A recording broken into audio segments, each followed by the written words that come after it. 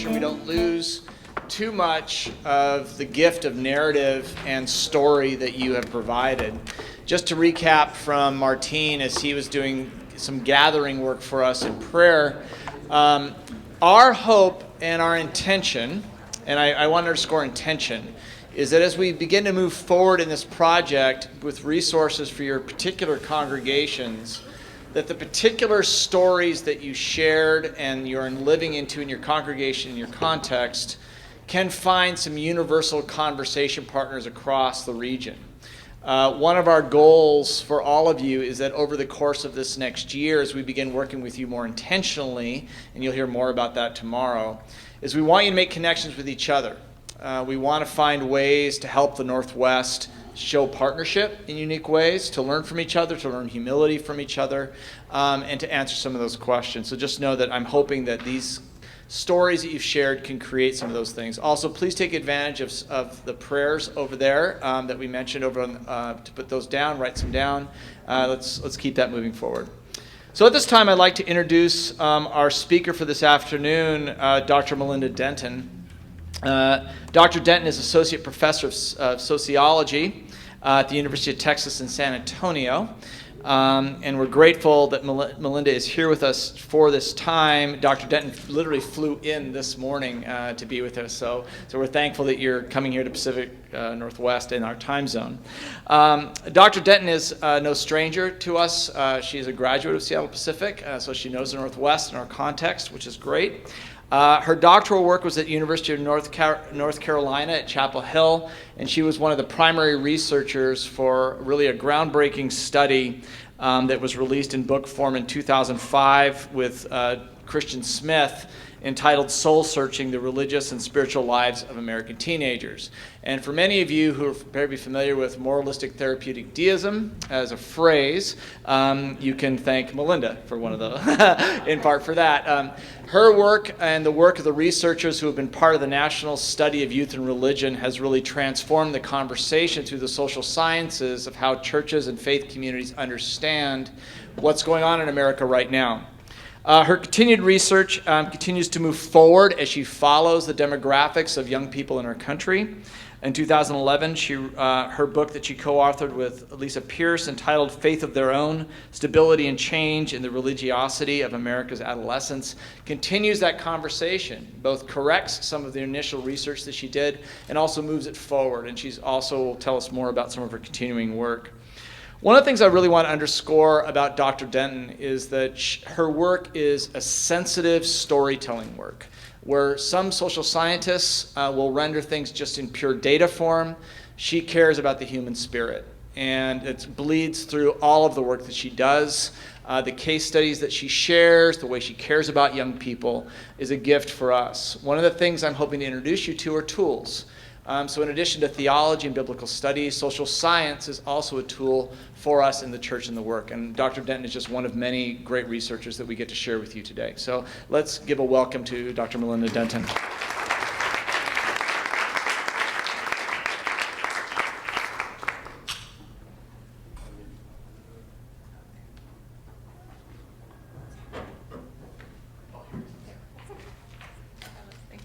Thank you, Jeff, for your kind words. Happy to be here today. I always welcome a chance to get back to Seattle. So when he called to say, "Can you come?" I said, "No, but I'll figure out a way." So here I am. So I appreciate your confidence in social science, but as I listen to all of your stories, I'm humbled because I don't actually work with young people, I just study them. You all are doing the hard work. So you all are on the ground, so I'll give you sort of the bird's eye view, but understand that I want to hear feedback from you too, because just because it's on my slides doesn't mean it's your reality, but hopefully there's some overlap there where what you're seeing on the ground, and as you actually work in these communities, that there's something here that might be useful for you. So as sociologists, what we do, and this is what I tell my students, we work in generalizations and large social patterns, and they're not deterministic, they're probabilistic, which means that it doesn't explain or describe everybody, but hopefully something will be helpful from this. So As Jeff mentioned, I've worked since 2001 on the National Study of Youth and Religion. I came onto that project as a graduate student and served as the project manager for Chris Smith, who was really the driving force behind that, and was just, for me, was a great opportunity to get involved from the ground up in a major research project. So here we are, 16 years later. So I'll do a little bit of my plan today. I'll kind of talk about sort of religion and spirituality by the numbers. I'm going to throw a bunch of numbers at you, then I'll tell some stories, and then kind of try to wrap it all up with where does that leave us. So if you're a numbers person, you'll be excited to start. If you're not, that's okay. Hang on, we're going to get through those. So as he said, the National Study of Youth and Religion is 4 waves. I'll go through this quickly. We started in 2002. It's funded by the Lilly Endowment, who's also funding this project, right? They're great for funding these kinds of things. So they wanted to really a comprehensive survey of religion in the United States among adolescents. So we started when these individuals were between the ages of 13 and 17. We did a nationally representative telephone survey with each teenager and one of their parents. We also then followed up with face-to-face interviews where 17-person interview team flew all over the country. We interviewed people in 48 states, sat across tables at Starbucks and libraries and whatever, and talked to them for several hours. And then we've taken those 3,300 adolescents and we've tracked them over time, and we've gone back and talked to the same young people in 2005 when they were between the ages of 16 and 21, in 2008 when they were between the ages of 18 and 24, and then for the 4th and final time in 2013 when they were between the ages of 25 and 28. And I realize the print up here is really small, so if you need me to clarify anything, let me know. But basically we started with 3,370 parent-youth pairs. Waves 2, 3, and 4, we just followed up with the adolescents and then young adults. And every wave included a telephone survey and a face-to-face component for a subset of those youth. The 4th wave, actually, most of the survey was done online, but we had some web people who finished it online, some telephone. Anyway. So Dr. Christian Smith, who's now at the University of Notre Dame, has been the principal investigator. Dr. Lisa Pierce came on for Wave 2, and we've continued this project, like I said, Wave 4, the 4th and final installment of these people's lives. So a few things have come out of this project. The 3 sort of flagship books, which have sort of overviewed the findings at each wave: Soul Searching in 2005, A Faith of Their Own, and then Souls in Transition was for the Wave 3 book. Richard Flory and myself are currently working on the 4th and final overview book for Wave 4. And much of what I've shared with you today is coming from the work we're doing on that 4th book. There's been several other people who've written using the data on different subtopics, and some of those titles, and some of you familiar with Kenda Creasy-Dean's work, Almost Christian, and some of the others that have come out of the data as well. So a lot has, like I said, been done with this data. Demographics, I know it's way too small to read, but just for those of you who are interested, at Wave 4, this is sort of an overview of where we were. 23 to 28 years old, 73% of our samples white, 12% black, 9% Hispanic. Most of them do not have children yet, 71% still without kids. We have about 30% who have 1 or more children in our sample.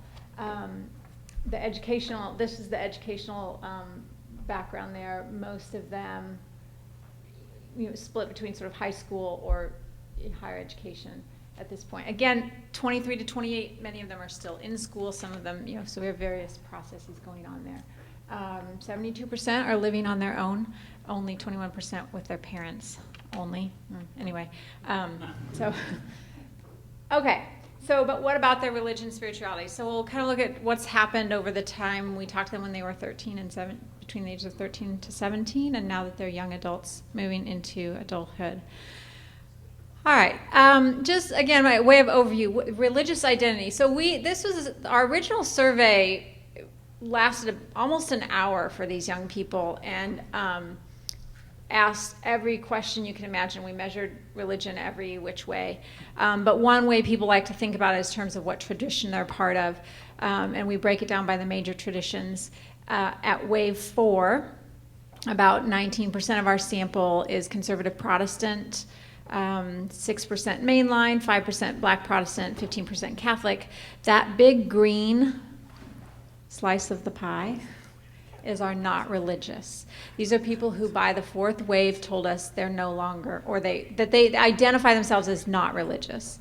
And that's been a focus of a lot of research, who are these religious nuns, as they're called. And so just to give you a little bit more, split that out a little bit. Right here you'll see the bar graph shows you how that number has changed over time. So when we talked to them as teenagers, 11% of them said that they were not religious.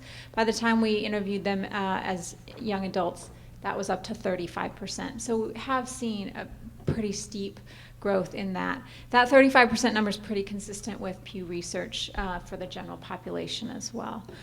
Now, who are these not religious? That's the next question. I had a reporter call the other day and ask about all these atheists. And I was like, no, they're not atheists.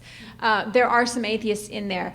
This pie chart represents that 35% split out again. So of that 35%, 13% affirmatively identifies atheist. That represents about 5% of the entire sample, which is higher than the general population, but not by a lot. But it's still, like I said, 5% of the population of young adults. 40% say, I'm just not religious, and we'll kind of talk about what that means to them. But they're not saying I'm atheist, they're not saying I'm agnostic, they're just not anything else. And then 27% identify as something other than that. So that's how that not religious identity kind of splits out for us. So another question often people from tradition, denominations want to know about retention, like how well are we doing at hanging on to our young people? The answer is not particularly well.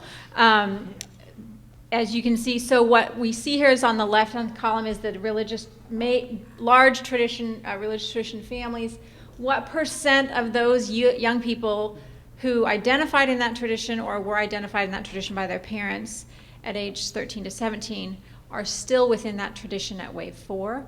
And the LDS lead the way with 61% in terms of religious traditions. Evangelicals retain 46%.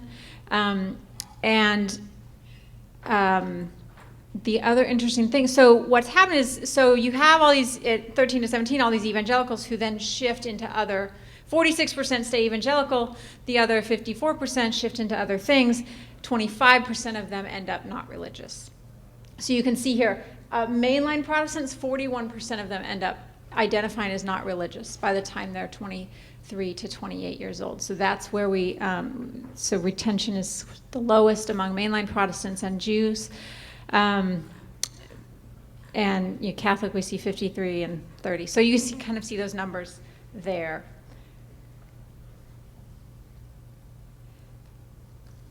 But what's interesting is we also, at every wave, 2, 3, and 4, we ask them this question: how have you changed religiously over the last, since we talked to you last, 3 to 5 years? Have you stayed the same? Have you gotten more religious, or you've gotten less religious? And what this paradox I find so fascinating is that every one of our measures shows us that people are getting less religious, except the one where we ask them, are you getting more or less religious? And most say they stay the same, 56%. But 19% say I got less religious in the last 5 years, and 25% say I got more religious in the last 5 years. So it's this really interesting paradox where they themselves would say they're less likely to think the sky is falling than those of us who are reading the numbers on these other types of things. So, and in our book, The Faith of Their Own, we kind of unpack this a little bit more and talk about why this is, but it really has to do with sort of them starting to feel ownership of their faith, even if sort of objectively they're not going to church as much as they used to. Maybe their faith is the ones who stayed, hence the title of the book, A Faith of Their Own, right? So that's what we sort of argue about this particular finding. But these numbers distribute about the same in all of the 3 follow-up waves. So just to run through quickly again, I know you can't read these numbers, but hopefully you can sort of see visually what's going on. When we look at things like religious belief and religious salience, we don't see massive decline. We see small movement across time. It's steady and it's continuous. So this is asking the question, do you believe in God? The far left column is people who said yes. The middle is people who said no. And the right is people who said they're not sure. So we're seeing slight declines in people's belief in God. Went from 84% as teenagers to 74% as young adults. Something we call religious salience. How important is religion to you? So there's belief, and then there's how important is it in your daily life? Again, this sort of gradual decline over time in terms of people saying on the left that it's very or extremely important, and on the right, people saying it's not at all important in my daily life. We've seen that number grow. So really, the middle kind of hollows out, which isn't reflected here. But so faith is becoming less sort of a daily importance as people get closer to adulthood. But here's where we see the real differences, and what I want you to pay attention to is the far left and the far right sets of columns. The far left is looking at weekly attendance, and the far right is looking at never attending.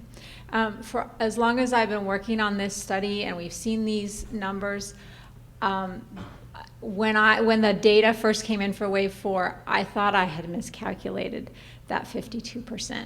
I had to go back and double check. So 52% of our young adults now say they never attend religious services. Like I said, I've been studying them for the last 16 years, and even I was a little surprised by that number. So that's where we see the biggest declines, is not in whether people believe in God. It's not in whether they say faith's important. It's really in their practice. It's in their public, do I go to church or not? And the answer is no. They just, I mean, if 18% are still attending weekly, but more than half of our young adults say they never attend. Not even like a few times a year, just never. So that if there's a sort of an alarmist story to be told, it's in the religious attendance, not in personal salience or belief. That's where the story is. And then this one, for those of you, all of you are sort of here thinking about how we as religious organizations can reach these people. So we asked these questions about organized religion and their attitudes about organized religion. This is just looking at wave 4 data. And for anyone interested, I can break it out in different ways. But we asked how much respect you have for organized religion, and the dark bar on the left is strongly agree or disagree with this particular statement, and then the right is disagree or strongly disagree. So I have a lot of respect for organized religion, and more people agree with that than disagree. About over half say, yes, I have a lot of respect for organized religion. Mainstream religion is irrelevant for people my age. About 34% agree with that, and about 47% disagree with that. And then I have positive feelings about the religion I grew up in. So this is one thing we find that's interesting, is that as much as we've seen this increase in people who say I'm not religious and increase in people who say I never go to church, they still have pretty positive regard for the religion of their youth. And one of the stories that I will tell throughout the morning is that very little of this move away from religion is about animosity toward religion. And that's good news for you, right? Like, very little of this that we saw was about people who are angry at religion or hurt by religion or mad at religion. Like, that's not really what this is about, as much as it's just not a priority. And so understanding why they're not going to church or why they don't see themselves as religious can be important as you think about how you would reach out to people in those demographics. But generally speaking, they're reasonably positively predisposed toward organized religion, but they don't see it as particularly relevant for their age group. So that's kind of where they're at with thinking about organized religion. So that hopefully gives you this overview of kind of the numbers of where they are in terms of who's going to church, who's believing in God, etc. As we think about, as we read through, like I said, we have survey data, but we also did these interviews. And as we talked to different adolescents, came up with sort of this kind of 4 different groups of young adults that we identified. Those who are not religious, that I've already mentioned, that 35%. There's this group we call the religiously identified non-attenders. That is, a lot of research, Pew and others, will sort of put all these not religious into this big category. But we have this group of people who, when you ask them what religion they are, they will tell you, I'm Catholic, or I'm Protestant, or I'm Methodist. Actually, not Protestant, they don't know what that word means. I'm Methodist, or I'm Lutheran, like that. Anyway, our wave 1, first, they're 13 to 17. So we're asking, we had to change the survey question because nobody understood the word Protestant. Mom, are we Protestant? No, we're not, we're Lutheran. Okay, okay. So we had to take that word out of our survey. But we have this group they never attend. But if you ask them what religion they are, they will tell you, right? And and there's something different about them than the people who say, I don't attend and I'll tell you I'm not religious. There's something different about that group. They're equally disengaged from religious congregations, but they're just not willing yet to say, I'm not religious. And so we kind of look at them as a separate group. We have a group we call the marginal attenders, who go maybe once a month, sometimes twice a month, all the way down to a few times a year. Loosely associated with religion, but not, regularly, and then the regular attenders. So I want to tell you a little bit about each of these groups, using some of the people we talked about, or that we talked to, sorry. First I'm going to show you some demographic characteristics. So looking at those 4 groups that we just talked about, the not religious, you'll see the not religious and the religious non-attenders, about 2/3 of them have never been married. You'll see that rate goes down when you look at people who have any kind of religious association. You see rates of marriage are higher.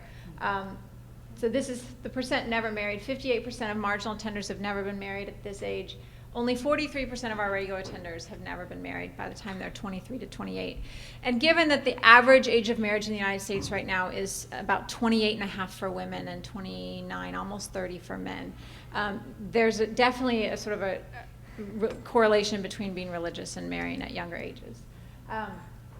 Also, they're more likely to have children. And we see a gender dynamic here as well. The non-religious are definitely lean more male than female. And education-wise, we don't see huge differences. So that's sort of a brief synopsis of the demographics of those groups. So I'll tell you a little bit about each of these groups. So Josh is sort of our prototypical not religious person. In some ways, he represents this category well. In some ways, he's unique. He's unique in that he's a pretty committed atheist, in the sense that he is one of the few who really comes out and claims that identity. It's still relatively rare for people to be really willing to claim that title, at least in this age. But he's a pretty committed atheist. He says, but he's clear about it. He's an atheist, but he's not the mean kind, right? And the ones who were willing to tell us they were atheists really wanted us to know they're not the mean ones. They're not like, so he'll say, I'm a very strong atheist. I would categorize myself as, not in the emotional sense of like God is stupid, not like that. I just basically don't like any kind of mysticism. For him, it has to be 100% provable. And but he's not opposed to religion. In fact, he's very studious. Since the time he was a teenager, he's been exploring other religions, and he reads about them and he studies them, and he says, yeah, I think, he says, on some level, it would be really nice to find something I could believe in. Like, it would be really, I wish I could do that a lot of times, because all of the benefits you get from it, peace of mind, purpose, and all of that would be awesome. But that's part of why I've looked into so many different religions, sort of to try them out. But at the end of the day, he says, he hasn't found one that he doesn't think requires some leap of faith, and he's not willing to take a leap of faith. So for him, that's his identity as an atheist. But again, we heard very little of the mean kind, right? Of the like, just vitriol or anger about it. We had one who did say, that's how they used to be, but now they've just sort of chilled out and they're like, I mean, if I had to sum up this whole study about how they feel about religion, it's sort of like, I mean, that'd be a lot shorter than writing a book, wouldn't it? Religion just is not that contested among young adults. And partly because it's just not that important to them. It's not important enough to them to get worked up about. I mean, that's kind of the bottom line. So, getting off track here, but so among the not religious, these are those who they really have almost zero connection to religion. They don't attend, they don't identify themselves religiously. Many of them are open to the theoretical possibility, like Josh, right? He's not closed. He's not saying no one could ever convince me. He's actually spent years trying to convince himself of the possibility of religion. They're open to it in theory, but they don't really believe it's a realistic option. When we ask them, where do you see yourselves in 10 years or 20 years? And they all say, yeah, okay, maybe, but there's no agency. If any of these not religious ever talk about the possibility of becoming religious, it's always because it's something that might happen to them. Like, if I married someone who is religious, or if I had kids and I decided to take them, but they talk about like a disease they might come down with, right? It's nothing they would ever pursue on their own. It might happen to them against their will, but so they're not ruling out that possibility, but they're not going after it and looking for it. Josh, in that sense, is atypical that he has spent so much time pursuing. So he's this. But he's very at ease with himself. He's very thoughtful, very articulate, and but in the end, he's just saying, I just don't see religion having a compelling argument that I need to take seriously. Those who now among the not religious, it's not the case that we don't find any religious belief. Some percentage of them do say that they believe in God. It's really, when you talk to them, it's really more of an intellectual assent more than any sort of felt belief. It's like, yeah, there's probably a God out there, but that has nothing to do with my life. They're just generally distant, but not antagonistic toward religion. So that makes up right now about 35% of the young adults that we talk to, is these kids who are just, I call them kids still, they're not kids anymore, but they're just disengaged. Religion is just not at all relevant for them. But they're not necessarily antagonistic toward it. So Andrew is one of these non-attenders, religiously identified non-attenders. He was born into a Catholic family, and his parents still attend church every week. He doesn't attend. He's not interested in attending. He doesn't want anything to do with the church, but he would still identify himself as Catholic, and for him, being Catholic is just the result of having been born into a Catholic family. That's pretty much the extent of it. He says that when we ask what that means to him, he says, if somebody asks me, why are you Catholic? Well, just because I was raised that way, I guess. Like, I didn't make any big decisions like, oh, this is my religion. In your everyday life, it just doesn't come up. And the interviewer says, what I'm hearing you saying that this doesn't really matter. And he says, no, it doesn't. So he still maintains his Catholic identity, but that doesn't mean anything to him. But he's not completely disconnected from it either. He has a 6-year-old son who he sends to Catholic school and who he doesn't take to church, but he drives his son to his parents' house every week so that they can take him to church. So here's somebody who himself has no need for the church, has no interest in it at all, and yet isn't really disconnected from it entirely. And that's why we feel like this group is different. We, in the Book of Faith of Their Own, we call these the avoiders, because we said they're avoiding religion. They're also avoiding being not religious. Like, they are avoiding making that sort of line in the sand that says, I'm done with this. There's still a connection of some kind for many of them, where they still sort of identify that way in one way or another. About 89% of these people, of religiously identified non-attenders, say they believe in God. And again, it's more of a belief that there is a God rather than a sort of like, I believe in God as someone who has relevance for my life story. What's interesting about the non-attenders is when you talk to them, you talk to the not religious, and yeah, I'm not religious, and then they wonder why you keep asking them questions about religion because they're not religious, and they told you that 15 minutes ago. I'm like, I know, I got to ask you these questions. So, but the non-attenders have a different, like, general response. It's sort of like asking them the questions makes them think. And this doesn't happen all the time, but there's this phenomenon where it's like having to think about it. They acknowledge, yeah, they think there probably is a God. Oh. So then they have to think about the implications of that. And then it's like, how comfortable am I saying there's a God, but I don't have anything to do with that God? And then there's this sort of like, well, maybe I should be more religious, but they're not. And they don't really have any interest in being more religious. But there's still this sense of maybe religion should be part of their life. And not for all of them, certainly. But there's this sort of uncertainty of like, yeah, maybe God exists. Maybe I would like him to exist. And there's sort of this, it's kind of a hope that they almost wish. I'll let Andrew say it in his own words. I think I have more of a hope than a faith. And the big thing about like Christian religion is faith. You have to believe without knowing. But I'm just hoping. Like, it would be awesome if there really is a God. That'd be awesome, you know? And so the interviewer says, are you hoping there's an afterlife of some sort? Yeah, that would be ideal. I hope. Unless, of course, you've been... No, sorry. Okay, that's my... okay, so that would be ideal. I hope that whatever it is that you want to save, your soul or whatever, just the process of thinking that just goes on and that's it. That's what I hope, but it just seems so far-fetched.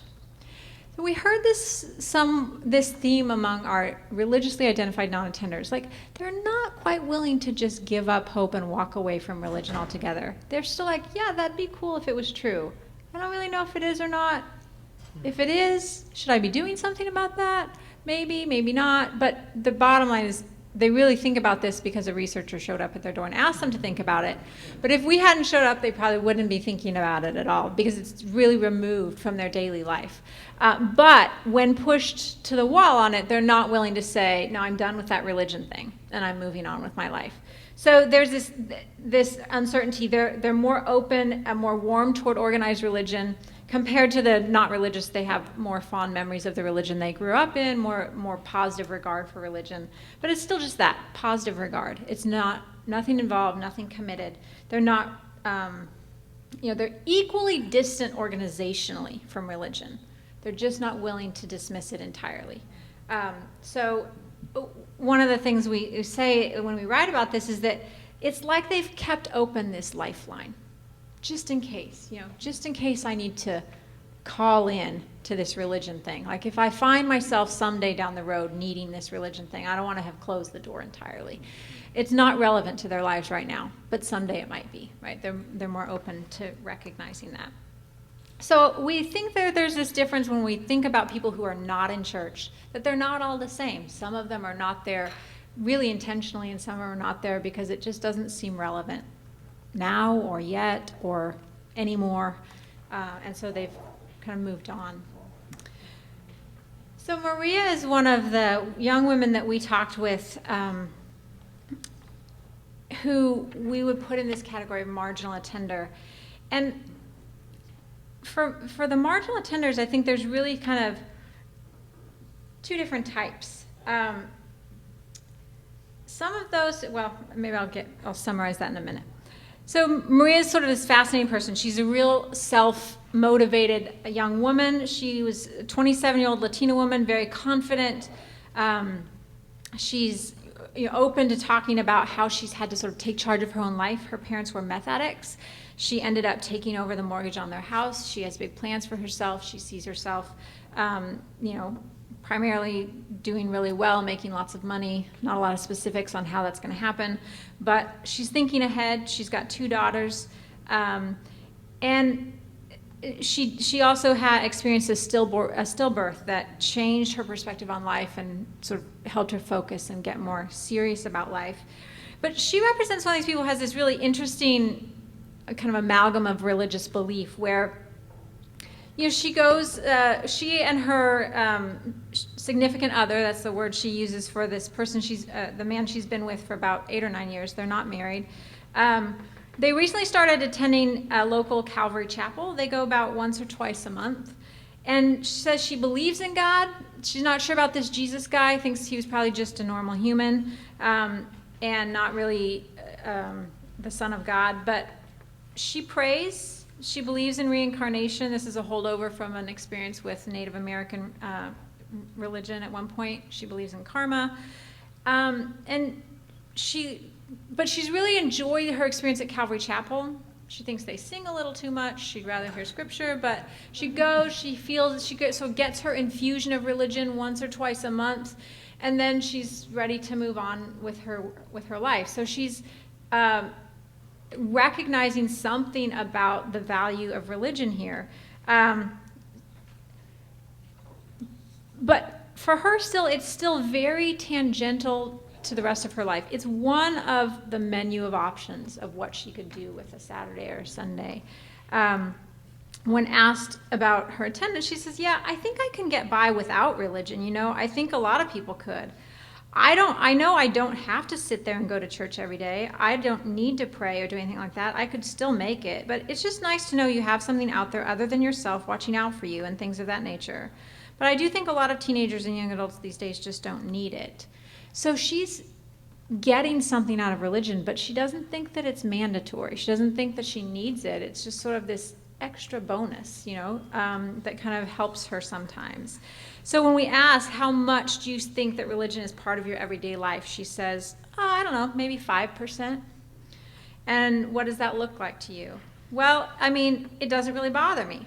I'm not sitting here like, what would Jesus do in this situation? Or am I going to be judged for this? But as long as I live my life the way I should and I'm not doing anything to harm others or doing things where karma would bite me, you know what I mean, then I think I'm kind of okay. So she represents one sort of marginal where she's just really content with the way it is. She's not looking for more. This is just something she does that adds a little extra to her life. We found among the marginal attenders that religion is sort of one option among many. Many of them, when we ask about religion in their future, they do see themselves getting more religious in the future because, again, it's one of a menu of options. They're kind of busy right now, but in the future, when they're married and have kids, that it'll probably become more important to them. They're more favorable to organized religion, but again, it's not necessary. It's not relevant. It's not particularly relevant to them. There's another type of marginal attender. So she represents this type who's just we kind of think about in this sort of routinized versus committed, and that is she's content with its minimal role in her life and what it adds. But there are these others where the uncertainty we heard from marginal attenders was different from the uncertainty we heard from people like Andrew, where he's like, I don't know, I'm just hoping maybe there is a God. Among the marginal attenders, they're more certain that God exists. What they're uncertain of is what to do with that, like how that works out in the details. Not sure about really the implications of what that should mean for my life. So it's a different sort of uncertainty around religion. And then there's a group of marginals who you really get the sense that they're not fully sure this is really true, but they're hanging on, hoping that someday religion will matter, right? It's like, I think this religion thing might have something useful for me. I don't really see it right now, but I'm going to hang on to it. I'm going to keep going once or twice a month and hope that someday that investment pays off. But they don't see it right now. They don't see the relevance right now. So they're kind of, so I think someone like Maria would say, I'm in this groove, this is where I'm going to stay. And there's others who say, if it ever really made sense for me to get more involved, I think I would. But right now, I just don't see that. I've got too much else on my plate. Religion hasn't offered me a compelling alternative. And so both of those both of those sort of fit in this typology of those who are sort of marginally connected to religion in ways that, that vary somewhat. The fourth category, Kristen is our regular attender. Some of you might remember, well, maybe.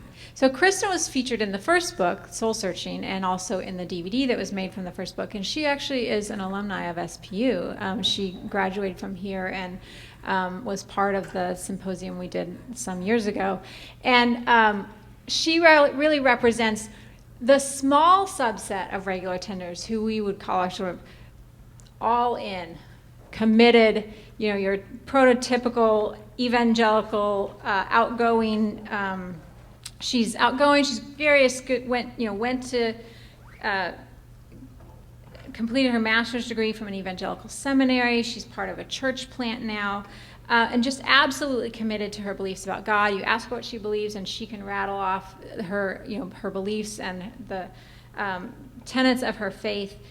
Very little doubt in her mind, and religion is really driving her life.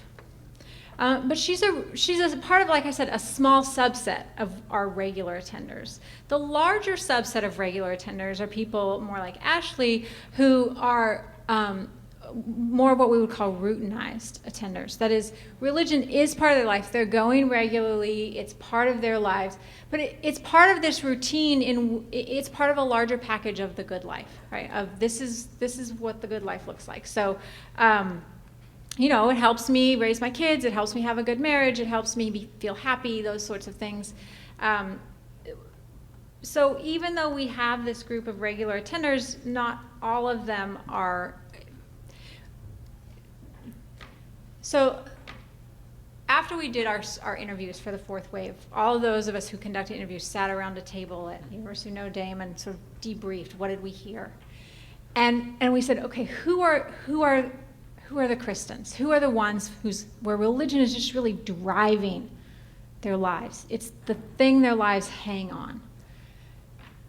And we all just kind of looked at each other, because there's just so few of them that we just didn't talk to very many like that. They're in the data, but they're few and far between. Most of the really committed, religiously committed, and they are committed, but you don't get the sense from talking to them that this is really what's driving their lives. It's just, again, it's part of a larger package that fits with the narrative and the life that they've constructed. So where does that leave us then? What do young adults really believe after all of that? And I think, I don't want to take too much more time, but like I said, Richard, Flory, and I are sort of trying to pull all this together as we work on this final book. And we've been talking about, can we identify a common religious perspective across these different groups with various connections to religion. And one of the things that we've thought of is that if we had to characterize religion today among young adults, he's coined this, the easy religion of young adults. And these are the 7 tenets of that easy religion. First of all, that religion is easy. Heaven is for everyone.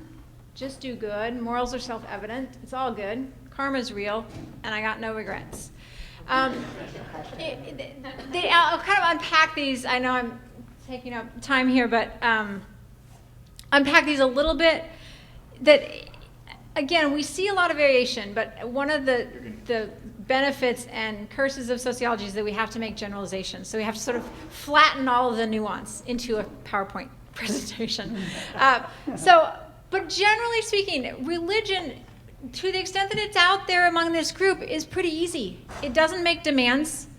Religious tradition is not particularly authoritative in their lives. It's only one part of their life. It's, like I said, very few of them for whom it's a core driving force in life. For most of them, it's really just one of many things they're committed to, on par with soccer practice for the kids and these other things.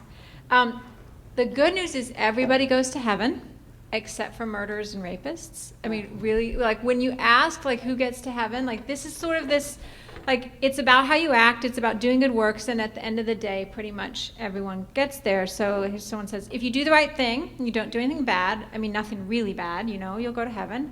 If you don't, then you're screwed. That's about it. And that kind of sums up how they feel about it. There's not a whole lot of theological particularity here. It's just do good, which is the next thing, right? Just treat others well. That's really the bottom line. I believe in, my whole religion is where you try to do good, and if you're not good, you should just try to get better. That's all. We had another interviewer who summed it up a little more succinctly. That's sort of their take on religion. Just be nice. And that's easy to be nice because morals are self-evident. Knowing what's right and wrong is easy. You just know. You don't need philosophy. You don't need a religion to tell you. You just know. It's right. It's pretty easy. So he says, I would say it's pretty easy to know. I kind of have a gut feeling with some things. So overall, it's easy to trust my own instincts. They would, again, morals play a large part in religion. But again, it's just whatever makes you feel good about you. So religion, to the extent that they are, and part of why there's very little antagonism against religion is because religion is so easy. It's just not that contested in their lives. Again, it's all good. Everything's okay. There's a lot of focus on tolerance and acceptance of other people's beliefs, of other people's actions. Just don't hurt anybody. Karma is, this is something Richard kept coming back to. He's like, I keep hearing them talk about karma. I was like, I think you made that up, but it's in there. Like, there's this sense of like everything happens for a reason. What goes around comes around. It's their way of explaining good and bad in the world. It's all about this sort of idea that if you do good, then good things will happen to you. So again, this is the same quote I've already read, where she's saying, as long as I don't do things where karma would bite me, I'm going to be okay. And then the final theme is this no regrets. We had a lot of jokes about, I don't know if you've seen the pictures on the internet of all the tattoos, no regrets. Tattoos where they're misspelled. But we thought we might title the book No Regrets. But we heard this so much from the young people. Do you have any regrets in your life? No, because everything that's happened in my life so far has made me who I am, and I wouldn't want to change who I am. And there's this very focus on that. No desire to change who they are, therefore regrets would imply that you're not happy with who you are. So it's very hard for them to articulate. Now what's interesting is in other parts of the interview, when we're talking about things like education or schooling or relationships, they'll talk about things they regret. But when you ask them straight out if they have regrets in life, they'll say no. And I think it's part of this whole, like, it's all good, everything's fine, everything happens for a reason sort of theology that they have. So that's sort of this version of real, and again, there's lots of nuance across these four groups, but even across all four groups, we hear those same themes, just different variations on the theme. And one of the reasons I think we're hearing this is there's really been a shift in the locus of authority. That authority has moved away from the external. It's no longer about religious tradition, text, organizations, leaders. Authority now rests with the individual. It's about my personal story, my personal choices. The authority in life is centered here, which is why morals are easily known and right and wrong. You don't have to worry about who else tells you that. So we see this happening at different levels. But this shift in authority has been a significant driver in what's going on among these young people. Jeff mentioned MTD, the moralistic therapeutic deism that we looked at in Soul Searching, this idea that God is out there, he's kind of removed, sort of cosmic butler, but still, he's still understood in this more traditional external manner. God's out there, if I need him, I ring him up, and he helps me. So what's happened to MTD right now that they're young adults? And what we really see now is the God app. So God is no longer the cosmic butler. Now he's the app on your phone. They've repersonalized God to the extent that God's involved in their lives. He's more personal than what we heard from them as teenagers, but he's also been reduced to something that they themselves are in control of, right? To their individual control. So God's always on call, but you control the on-off button, you control the push notifications and how much you want to hear from this God.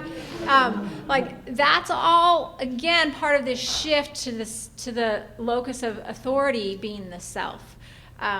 Because even when God was the butler, he was still sort of out there. And now it's this God made in our own image, which is not a new story, really, but that's sort of one of the things that we're hearing.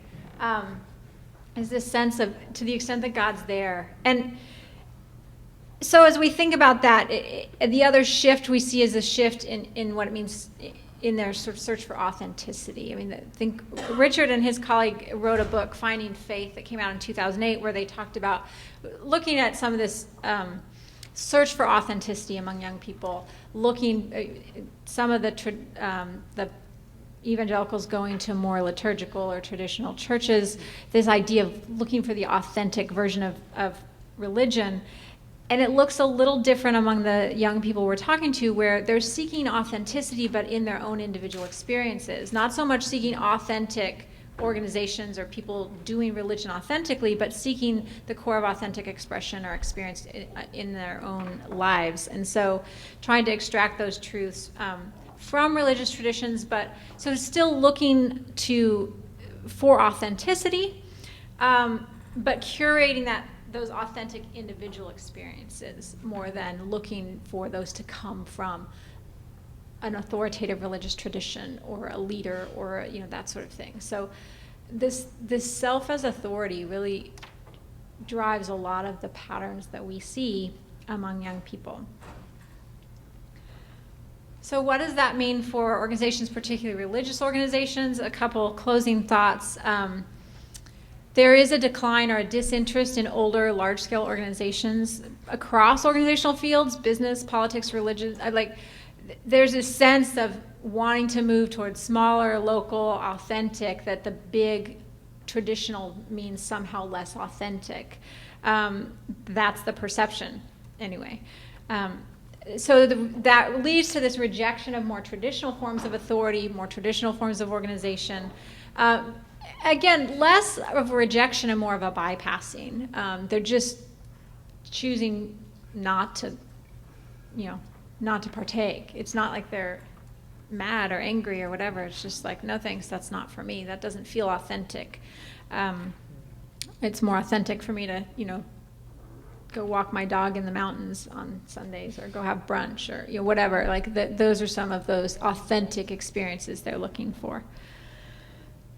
So there's an acknowledgement expectations that organizations aren't permanent. I think that is also part of their culture, is that these organizations come and go. There's a sort of lack of permanence. Things feel more fluid. And then finally, as we said, this shift in authority from others to self. And that leads to ambivalence about institutions. It leads to experimentation with new forms of organization and leadership authority. And there's likely less stability in those institutions. And those are all things that, while they probably can't articulate much of this, these themes sort of underlie some of what we're hearing when they talk about religion or when they talk about other areas of their lives. So that leaves us with some final questions.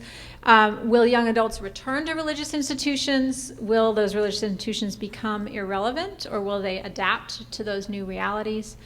And then how can denominations and congregations adapt while still remaining true to fundamental commitments? And like what we said about what's part of the DNA that can't be changed, but still being able to reach out to young people who, quite frankly, aren't really sure that these institutions are relevant for their personal, authentic selves. So that's kind of where I'll leave you, and hopefully we can dialogue more if you have more questions. Yeah, so first of all, let's thank Melinda.